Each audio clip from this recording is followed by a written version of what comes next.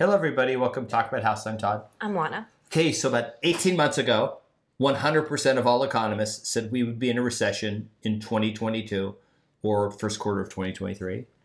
And they missed it by that much. That much. Okay. We said there would not be a recession. We were more correct than 100% of economists. So the economists have changed their position, and they predicted it would happen this year.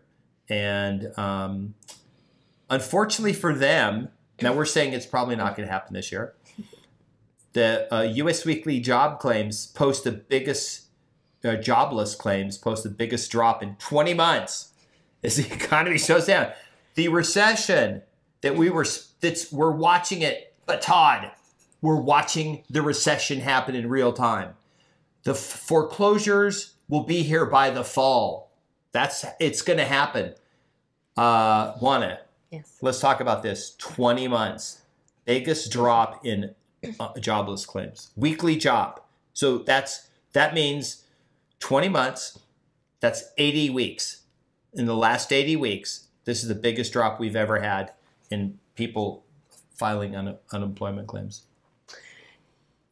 That's a good thing. People are working. People's lives are normal, and that's a great thing. Here's some stats. Weekly jobless claims dropped 26,000 to 239,000. Continuing claims fall 19,000 to 1.742 million. This is the total number.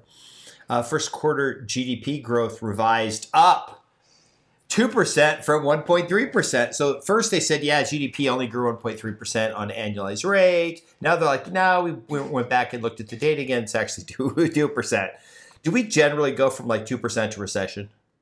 Well, not only do we not go to a recession, I think what is completely mind-boggling to me is that we've gone from 1.3 to 2%. That's not missing it by a little bit. Right. That's a huge adjustment. And respectfully, that just makes me question so many more numbers that are coming from economists and from the government in general. To me at this point, it's much more reliable to, go to the store, talk to your friends, look at what's happening in your neck of the woods and get a sense of the economy that way rather than relying on these numbers, which seem to be woefully lacking. We got more quotes from the article. You went to a meeting with some of the top REO people. Like, wasn't someone there? Were they from Fannie or somebody like that? Right. So we had the top person from Freddie Mac for our region, which is Nevada, California, the whole western, Arizona, the whole western states, and then the same thing for HUD, and then a top REO broker and a couple other people like that. So these are people that are very knowledgeable, and it was a very interesting discussion. Kind of the short story of it is that, of course, economies are cyclical, REOs are cyclical, and that, for example, for Nevada, right now we have about 50 REOs for the whole state. REOs, a bank-owned home. Right. So that's but there's probably 50. That's probably half there's like 100 houses in the whole state, right? So it's half of them. 50 is, you wouldn't even notice. If I asked you to drive around and point at the 50 houses, it would take you a year of driving to find the 50 houses. You wouldn't even find half of them in a year, I bet. Right. I mean, it exists for the whole state. So not a whole lot. So okay. we were discussing, are the number of REOs increasing? Well, yes, because when you go from none to one, that's an increase, right? It's a huge increase. Right. So we were discussing that. The bottom line is that none of them felt that there would be really any significant number of foreclosures. There are so many more tools in the toolbox as far as avoiding foreclosure. There are so many mitigation tools, so many other tools, plus so many people have mortgages that are assumable, that are, those 3% mortgages. People have equity. People's mortgage payments are lower than rent payments would be. So there are a whole host of reasons why foreclosures are not likely to make any sort of meaningful comeback. And so it was very interesting to hear that from these people, that this is what they do. Now, the gentleman from Freddie Mac, he's been doing this for about 30 years.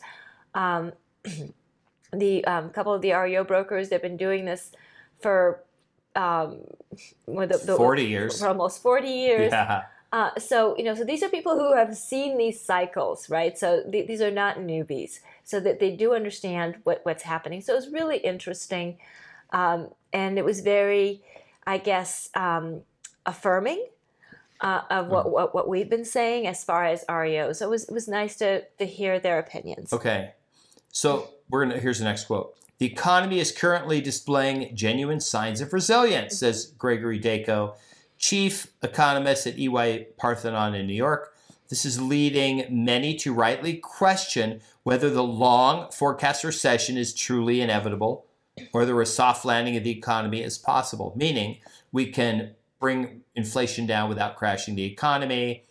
And clearly, housing is not being negatively affected. We don't have a bunch of foreclosures. We don't have a bunch of people panic selling. We have the opposite happening. We have no foreclosures, and we have no inventory. We have literally the opposite of all the things we were told a year or 2 years ago were supposed to happen, have never happened. Right. So even with institutional sellers rebalancing their portfolios and selling some of their assets, we still have such low inventory that they're not making a dent in this. As far as interest rates are concerned, the Fed has raised interest rates rapidly and an exorbitant amount. The quickest ever. Right. And the thing to keep in mind is, the economy. Think of the economy as a huge organism, right? It takes a while for the medicine to work, right? The Fed raised interest rates, and that's the medicine. It takes a while for that medicine to work on this huge organism known as our economy. The Fed has indicated that he will continue probably raising rates a couple more times this year. And, that's already kind of baked into the pie, so to speak, right? Yeah. Okay, here's another quote. For now, there is no sign of substantial deterioration in demand for workers, said Rubila Faruqi, chief U.S. economist at High Frequency Economics in White Plains, New York. No sign of substantial deterioration in demand for workers. So we were all told, oh my gosh, but all these job losses.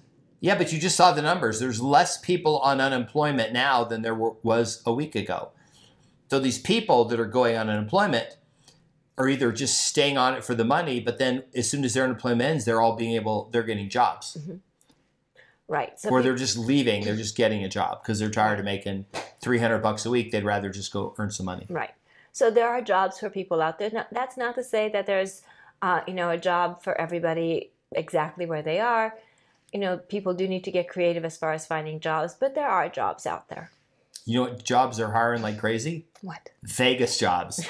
Travel and tourism, leisure, hospitality are absolutely killing it.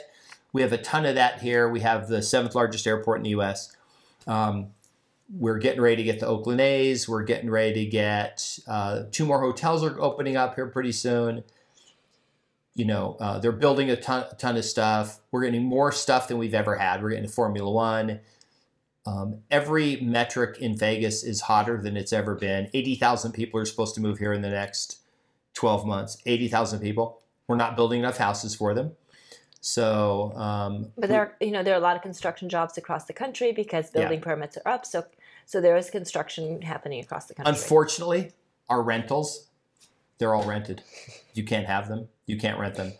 You'll have to live in an apartment until some builders decide to build a bunch of houses. You won't be able to buy a house right now because it's pretty hard to find.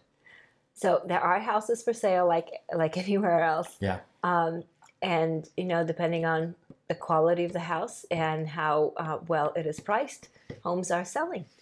Yeah. So anyway, the reason we did this is because, we keep hearing, we've been, like I could go back a year ago and find the comments where we're watching the housing market crash in real time. The recession is here. We're in the recession. We just don't know it. And then 6 months later, it's like, yeah, the economy grew at 3% that quarter. It's like, really? I mean, just because one person lost their job doesn't mean everyone's now forced to sell and foreclose. Oh, one more thing. Those 50 something foreclosures, every one of them was a pre-pandemic. Right. They'd stopped making their payments before the pandemic ever started. So it's taking 3 years to get to the point where you could be foreclosed. So the other argument is the day we have the recession, man, the housing market's going to get flooded with these houses, and it's taking years in advance for this to happen. You know, the other stats that they went over today, thank you for reminding me, is they were talking about how a little over 3% of mortgages out there are 30 days delinquent. But when you get to 60 days, it's less than 1% that are delinquent. So that lets you know that while people may be late making their mortgage payment, they are making their mortgage payments. And that's part of the reason why we're not seeing foreclosures going forward, because people get caught up relatively quickly and keep on moving. So, so that was a good thing. I think that was very encouraging that by and large, people may be late with their payments, but they make their payments. And we are not in a situation where we have homeowners that are in distress. So that's a good thing. Yeah, it's a great thing. All right. So what's going on where you are? Tell us where you're watching from, what's going on. Leave us comments. You don't have to agree with us. Please be nice to each other in the comments. Please subscribe, hit the notification bell, like the video, share the video, and we'll see you on the next video. Bye. Bye.